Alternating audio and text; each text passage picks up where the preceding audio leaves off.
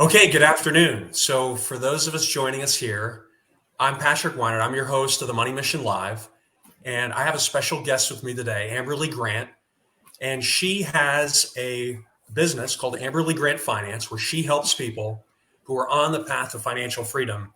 And she has a very unique approach to this. She has her own popular Fin Talks, but she takes an approach of there's some to minimalist living, and then there's some other strategies she uses that are unique in personal finance. Now, I myself have been familiar with the financial independence, retire early, the FIRE movement, which is something that I think Amberly we could say you're loosely connected to. Um, but I've always been intrigued by the different approaches that different members of the FIRE movement take. And that's why I am really happy to have Amberly here today with me to talk to all of you about unique approaches she uses and success that she's had in this space. So, Amberly, thank you for being with us today. This is a real pleasure to have you here. Yeah, it's so nice to be here. Thanks, Patrick. Sure. Yeah. So, can you tell us a little bit, just to start things off, can you tell us a little bit about what inspired you to want to get involved in personal finance in general? Like my audience is primarily military and veterans. However, Yep. I have people who follow me that are of a diverse background. So it's not just military, but I know a lot of military have the desire at some point to achieve some level of financial independence, either when they're in or when they get out. But Yeah. what inspired you personally to pursue this in your life?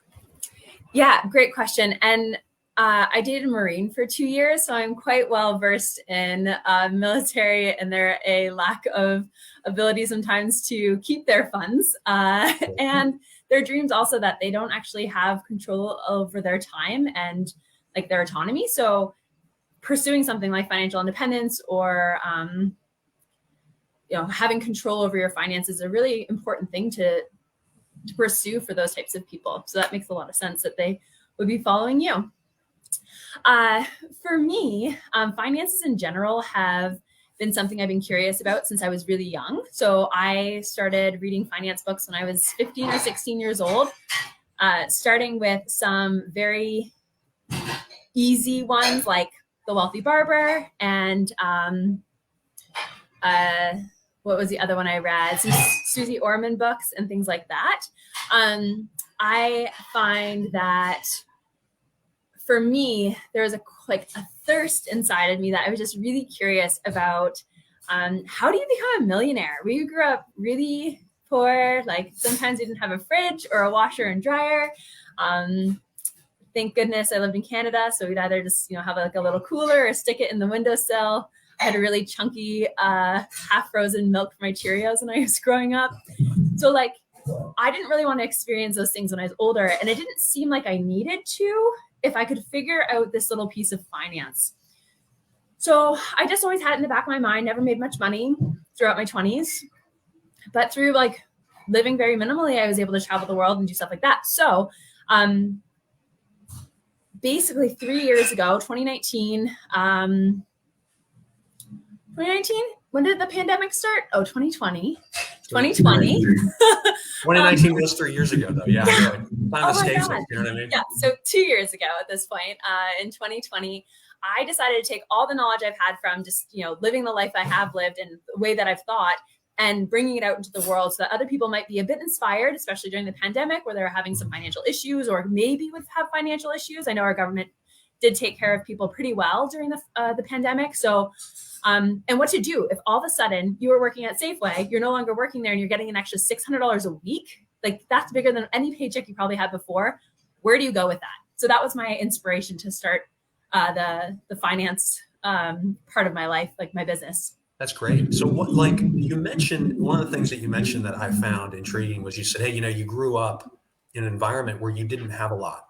Mm-hmm. And, you had to get kind of creative about ways to figure out to make your money work, to stretch your income, or maybe it was a family endeavor, when you were younger. What would you say, I know that you have an approach, and we discussed this briefly before, that you have an approach of, really getting your costs down. If there's stuff that you don't necessarily need, you essentially, you purge it from your life, right? Which is a great skill. I mean, so many people wish they had that. Yeah. Is that like, what are some approaches you take to minimalist living, if you will, that maybe some watching could draw from? Yeah. One of the things that I've found is that we have a lot of societal pressures for so many things, right? So as a female, even I was thinking about when I had to come onto this talk that like, okay, I have to throw some mascara on because at least I need like a little bit of makeup, right? And Yeah. it's a really fascinating thing in our society that we have so many rules around different events and parts of our life. So as an example, female and hair, right? Like I have to go to a hairdresser, I started going to a barber shop when I was younger. So I spent $20 on a haircut at a barber shop instead of going to like a proper place where like they would cut female hair and it was $65, $70. So like little things like that, putting a kind of a twist or a different approach into how you see those pressures from life, I think really helps to maybe change your perspective and do something a bit different. And I feel like it's a bit of a muscle. So like every time I kind of step outside what's expected of me, it's really difficult. I get a lot of pushback. And then eventually you teach people that you just don't do those things that they do. So I cut my own bangs, but now I actually go to a hairdresser once in a while and pay good money for it. And I really enjoy the experience. So I decided to add that back in my life after cutting my own hair for 10 years. Little things like travel. A lot of people find that traveling is really expensive. I heard this my whole life. Traveling's expensive. Traveling's expensive. I traveled the world making less than $15,000 a year. Wow. And like, it's not expensive. It can be. All my friends do all-inclusive resorts. They go at specific times of year. They take specific plane flights to different places that like, you don't need to go to Cabo and stay in an all-inclusive place to have a really good time in, say, Mexico, right? There are other ways of doing that. And when you're young, people who are focusing too much on finances or not doing those experiences are going to miss out on the time where you can just hop in a hostel for like, $5 a night or whatever it happens to be now, maybe 15 a night. Because you're not going to do that in your 30s. Like I don't do that anymore. When I travel, it's more expensive. But when I was younger, you just find better ways to do things, even if the world is telling you that's not the right way to do it. Right. Are there, touching on travel, which is a very popular topic Of course. amongst some of my followers, they love talking about travel and ways to cut costs. Are there any ways that you mentioned hostels was, one example. I remember staying in hostels when I traveled when I was in my 20s. I loved it. Yeah. In some ways it was better because it was almost like it was more social, right? You got to meet people that way instead of being in your hotel room all by yourself. Precisely. So what are some things that you have noticed when you did your traveling, when you would cut costs that helped you save money, but they weren't really a big imposition. They weren't a big, burden, if you will. That you still were able to enjoy yourself. What are some examples, maybe in one or two, if you can think of, that you used that helped you? Right. 100% grocery stores. Like, do not eat out. There's no reason to go to, there's nice restaurants all around the world, also in your own hometown. You like plan for 1 or 2 nights out for like a really nice meal in a new place so that you get to really experience the cuisine. But more than likely, if you go off the beaten path, you'll find cheaper restaurants and better places that the locals go to. And then substitute breakfast and lunch, because those to me are not all that interesting of meals, and you pay a lot of money for them, like $15 or $20 for breakfast. I don't need to do that. I can just grab some oats from the store, some hot water from my hostel or hotel room, stick that together with a banana and some almond butter or peanut butter, and like, I'm good for the morning, Right. And like, if you really want to have that experience, maybe grab a coffee out or something. So it's only a couple dollars instead of a full meal. So my thing, grocery stores, every single time I substitute all my meals with that. I was recently in Greece. The number one thing to think about with travel is your biggest costs for your plane tickets. So if you're like hopping around from different places or getting train tickets, that's going to be one of your biggest costs, and then lodging. If you can somehow minimize those two things by staying in one location for longer, you actually can greatly reduce the expenses of your trip. And so instead of hopping to a bunch of different places, just stay in one location for 1 to 2 weeks, and then try something new after that when you come back. That's actually a really good point. So like with your Greece example, it's great you brought that up. I visited myself and I loved it. I wish I could have stayed longer, but that's really cool you mentioned that, because if you say, hey, if I just pick one spot, like let's say let's say somebody in the audience wants to travel to Greece and visit all the different sites there and historical stuff.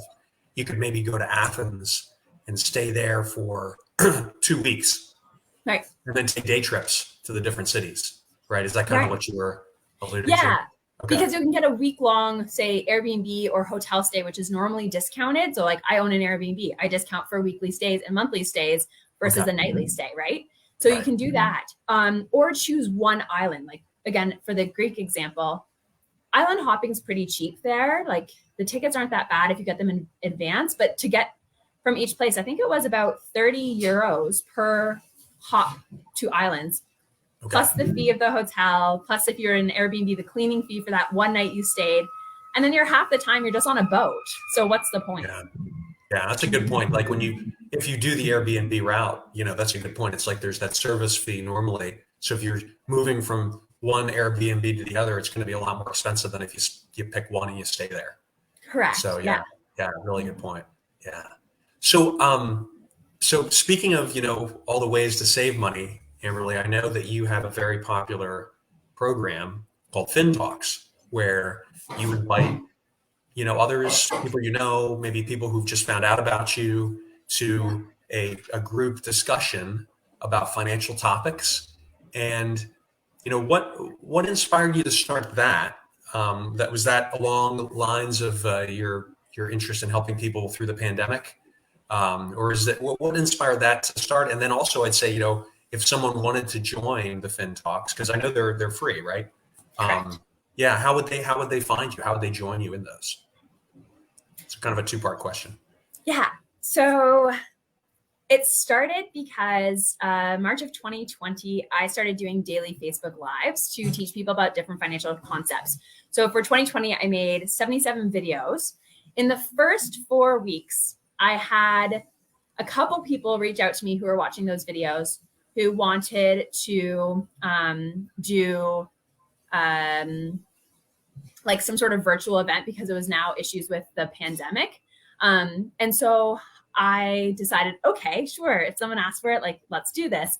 I've always been told, say yes to opportunity. So I started Fin Talks. It started with 4 people. Like, I remember the screen. It was just 4 of us. I have all the screenshots from way back when.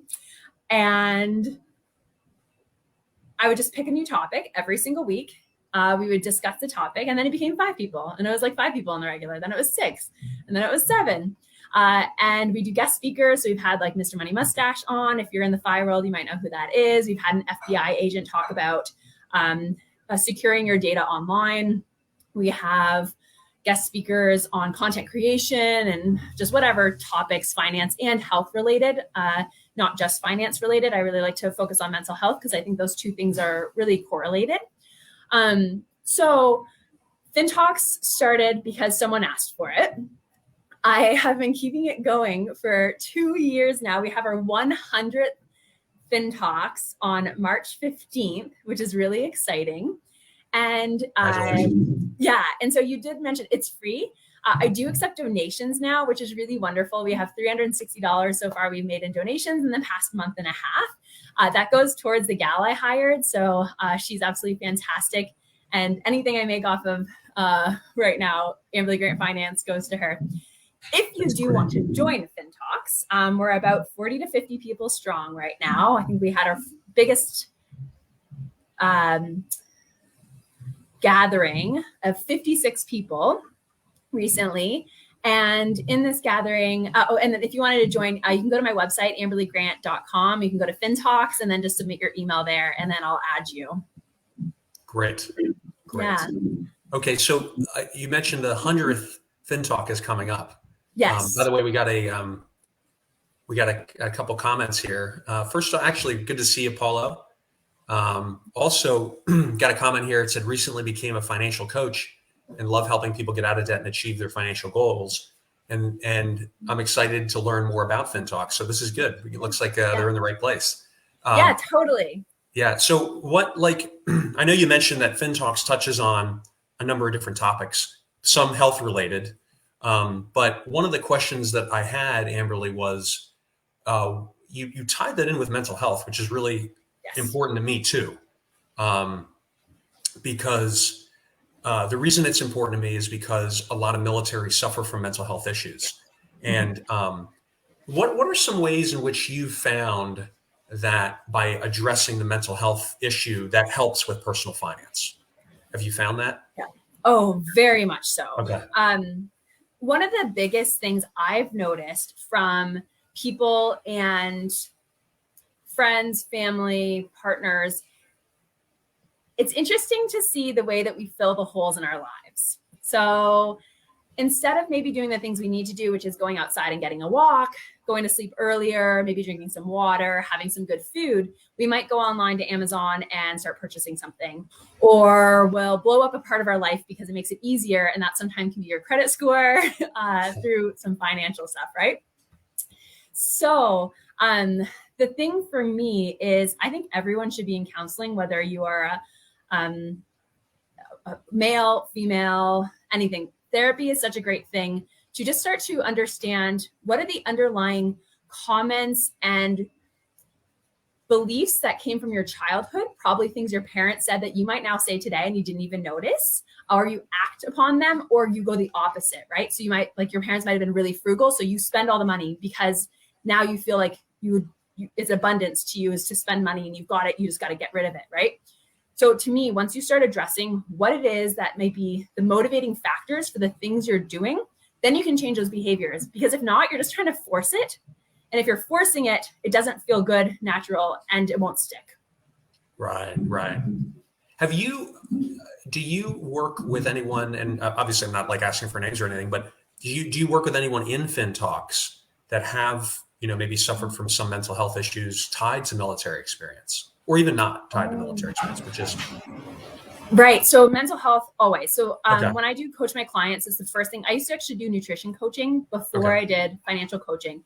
And that was when I learned that everything in life has to do with like your brain. Right.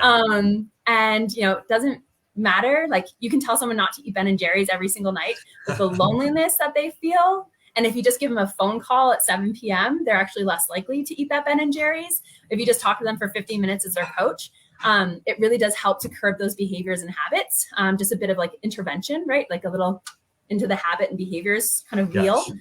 Yes. So like obviously no names, but I haven't worked with any military people in regards to coaching. Again, I did date someone in the military. So looking back on my experience there, I'm like, oh yeah, I understand a lot of what's going on now. But every client I work with has things that they have to get over. And we talk about them and we talk about the motivations behind why they're making those decisions. Because in coaching sessions and people in general, we get ashamed when we do things we know we're not supposed to do. And so we don't actually disclose it to people. So we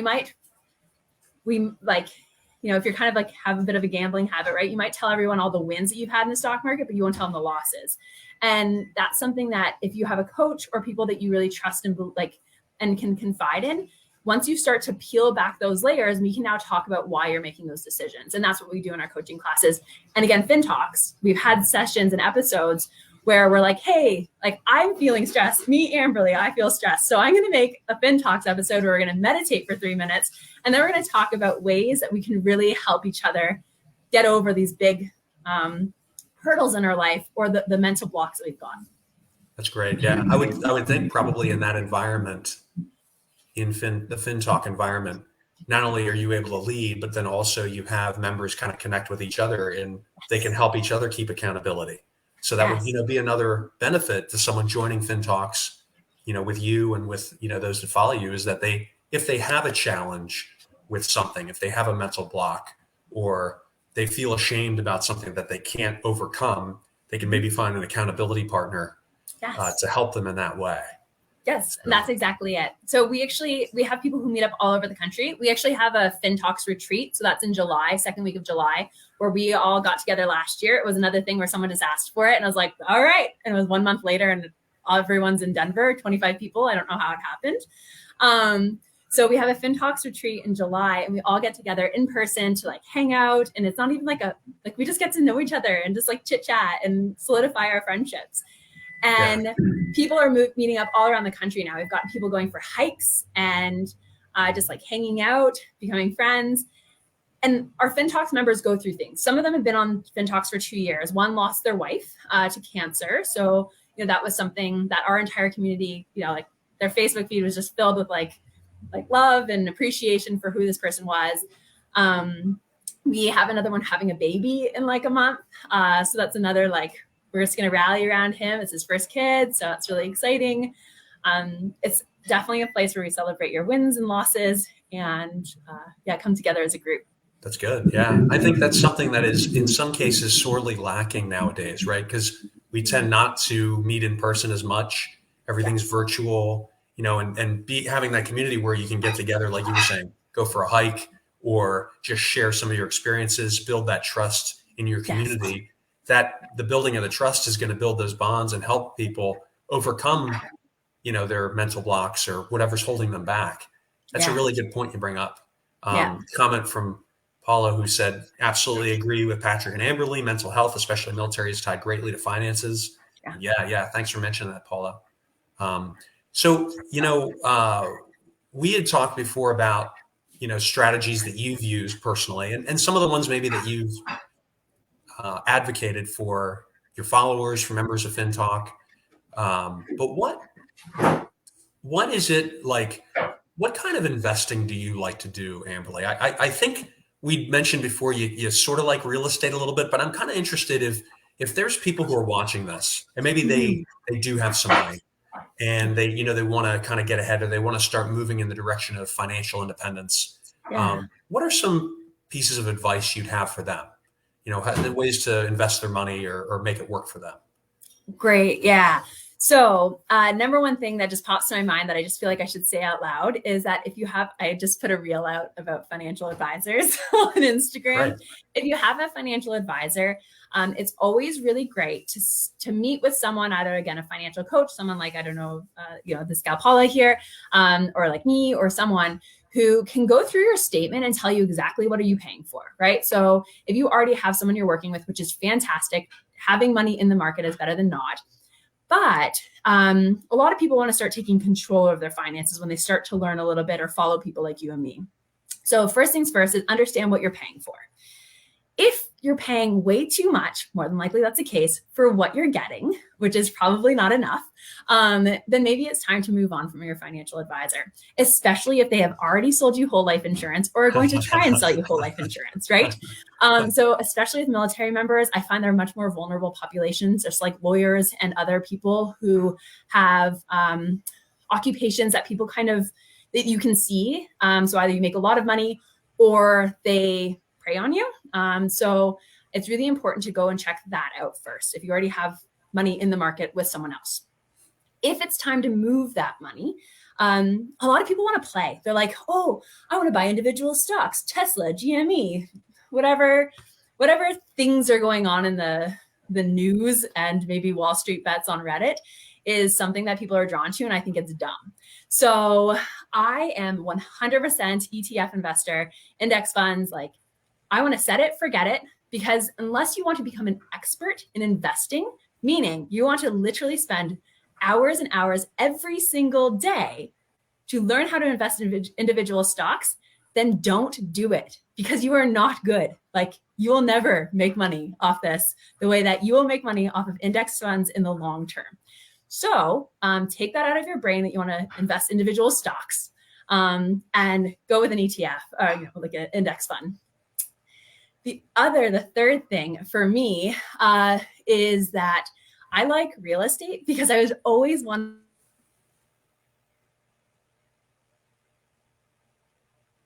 Sorry, it's a little bit broken there.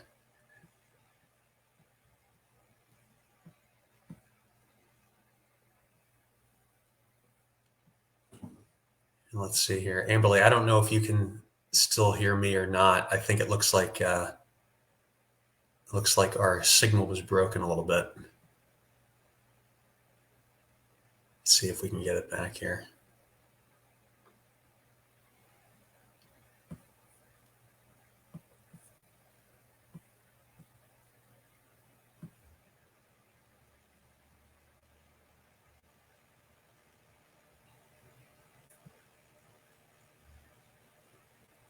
Yeah. Looks like she dropped out there. Hey, well, that happens sometimes. What we're going to do is we're going to see if we can get reconnected. I think Amberly just fell out for a moment, but we'll hang tight here. See if we can get her back. If you want to take just a little break, what I'm going to do, I'm going to stay live here. Here we go. Okay, good. Yeah. All right, great.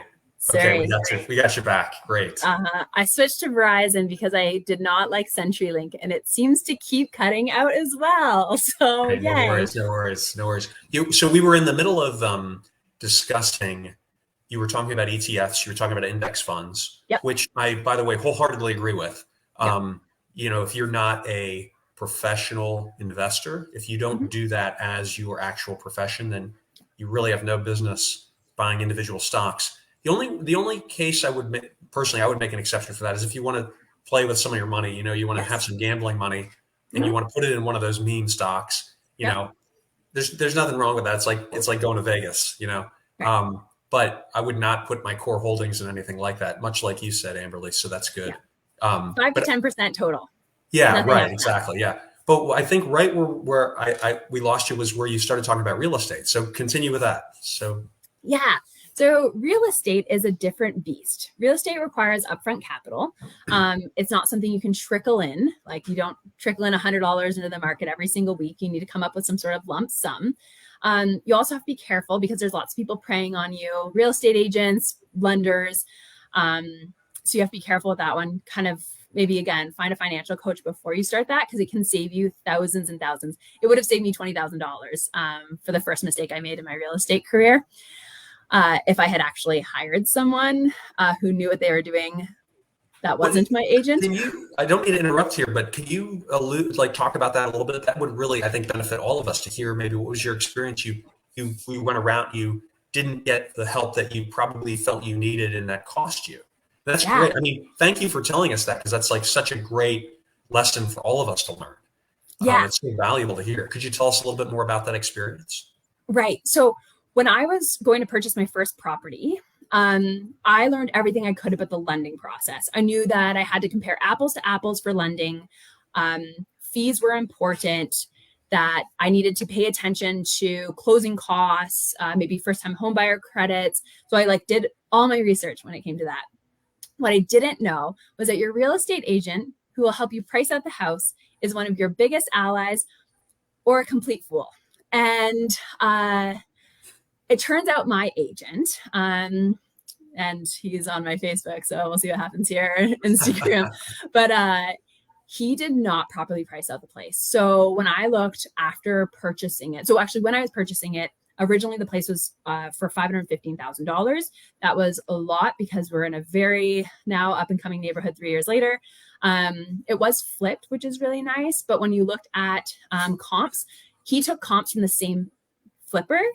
And that's what he compared my house to, which is a terrible idea because he essentially took the same people who redid my house and said, oh, what they priced at those ones were okay. So they should probably have priced this one okay too, which is not the way that you should be doing it. You should take a variety of things. Right. And with that, I didn't know. I actually wanted to go lower. So I originally wanted to bid 485 or 495. He said that was too low. We bid 495, settled at 505 with the builder, with them building out a pieces, not builder, it's a flipper, the kitchenette and stuff downstairs. So that was helpful. It saved me thousands of dollars. He ended up working for the seller afterwards. So during the deal, he would tell me no, they're handshake people. It's fine. You don't have to put this into a contract. It's, it's okay. And I'd be like, no, everything has to go into a contract. So thankfully I was smart enough to realize that, but I didn't know that truthfully I should have been paying about 480, probably 470 for the house, not 505 is what I paid for it. Okay. And that was his job to protect me, and he didn't. Yeah. Okay. And that's good to know. I mean, thank you for sharing that with us, because it's that's a lesson that all of us can take, in that we want to make sure we do our due diligence of getting a good realtor and also asking questions. If something doesn't seem right, I can think of in the past, the first time I remember looking at the closing costs on a property purchase, what are all these different fees, Mm-hmm. and you can ask questions. Don't ever Yes. let anyone make you feel like you shouldn't be asking that question or it's a dumb question. I mean, it's your money, Yes. so, uh, Yes. yeah, so that's a really good example, Amberly. Thank you for Yeah. sharing that, because that I think that'll empower a lot of people, and they can take comfort in knowing, hey, if I feel a little uncomfortable doing this, asking questions or questioning things, it's within my rights to do that. Yeah. And so that's great. So tell us Yeah. more. So you did this real estate investing. You bought this property, and Yeah. then you also, I think you have a couple properties, right, or a few properties that you have and that generate income for you. How have you Correct. found that to be, as part of your financial game plan? Like, has that generated passive income for you? Does it take a lot of work?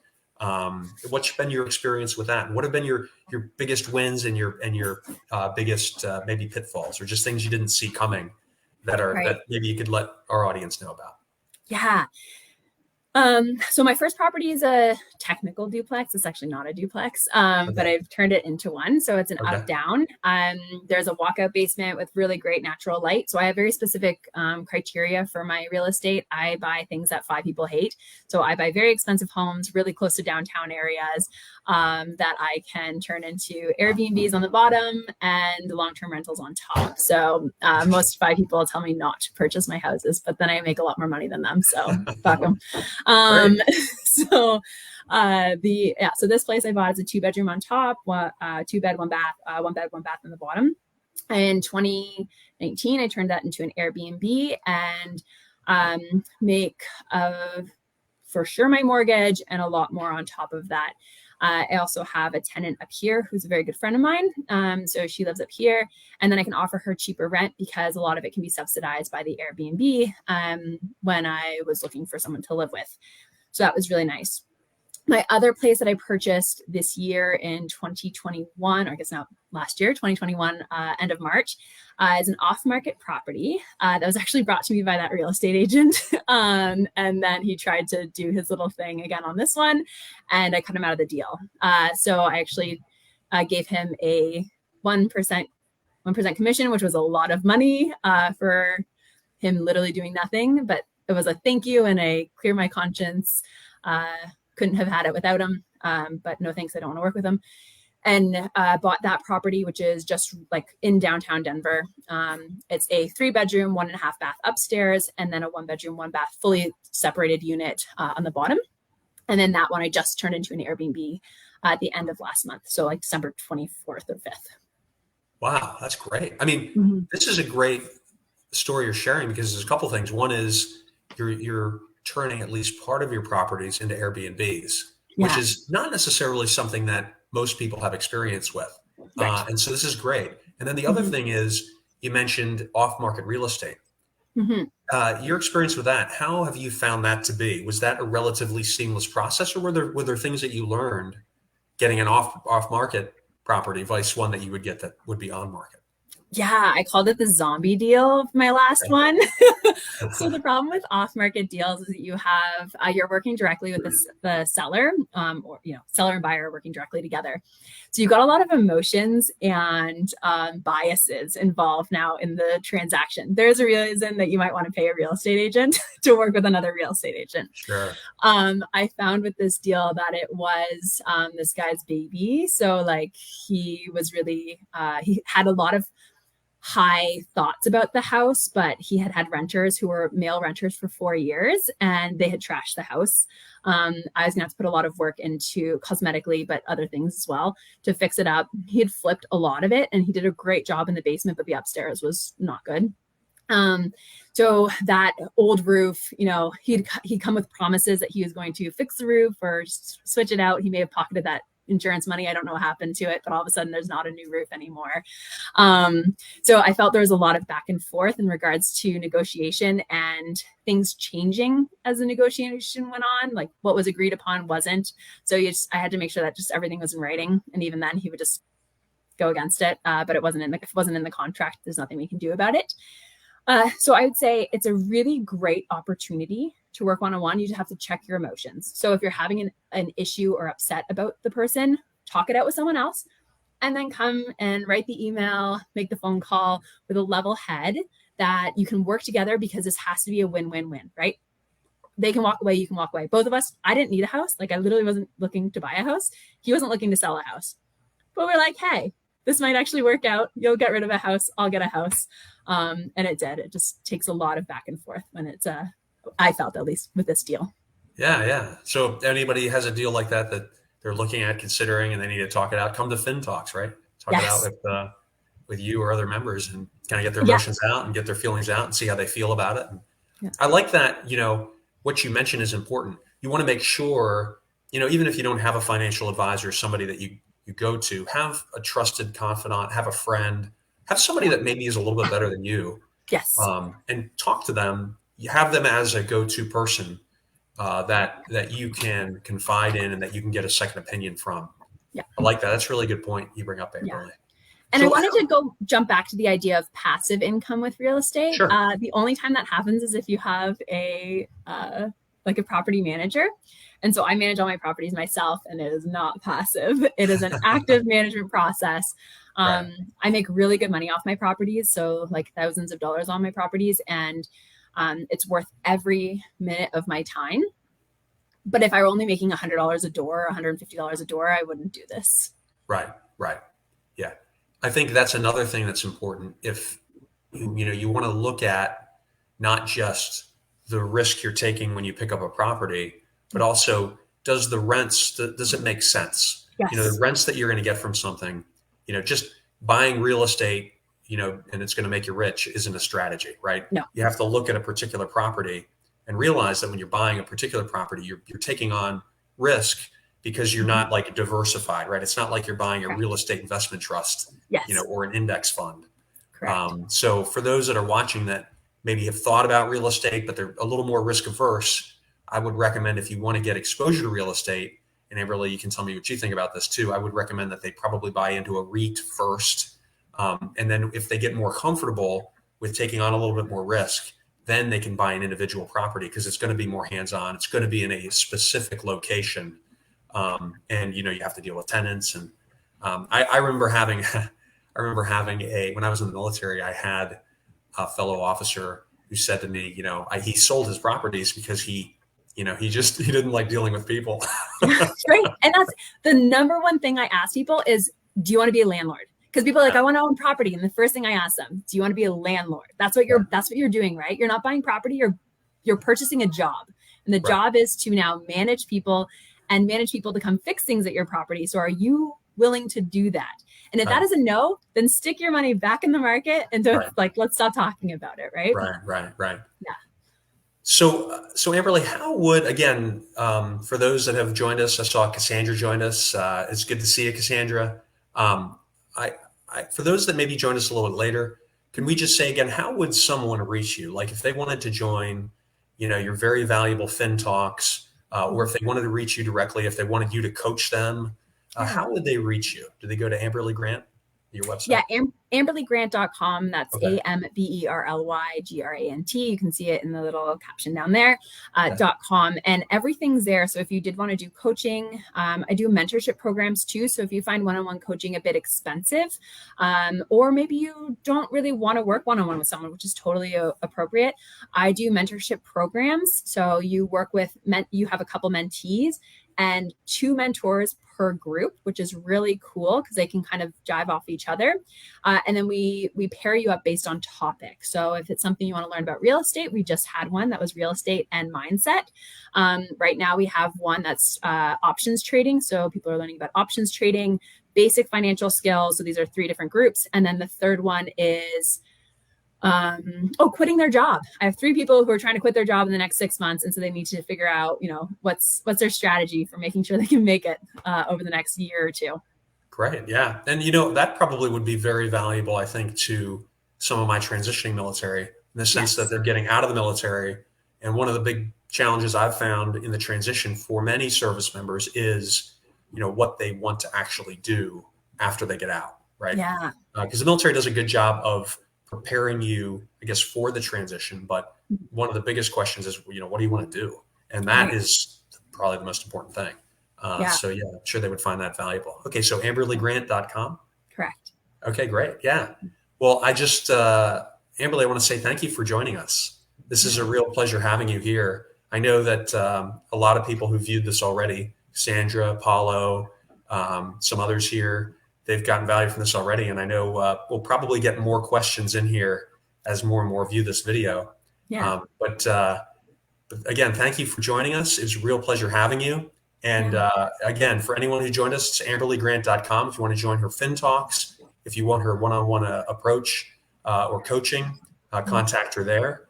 And Amberly, did you have any other parting thoughts before we end this broadcast? I was just going to say one last thing is I am now very active on Instagram, and I have been playing a lot of parts for my reels. So you guys might want to find me there for some hilarious content. Okay, great. Thank you for letting us know that. Yeah. Thank you. Well, yeah, it's a pleasure having you. It's a pleasure having everyone. And I hope all of you have a great day, evening, morning, wherever you're located in the world. And we'll talk again soon. Yeah. Bye. Thank you. Bye.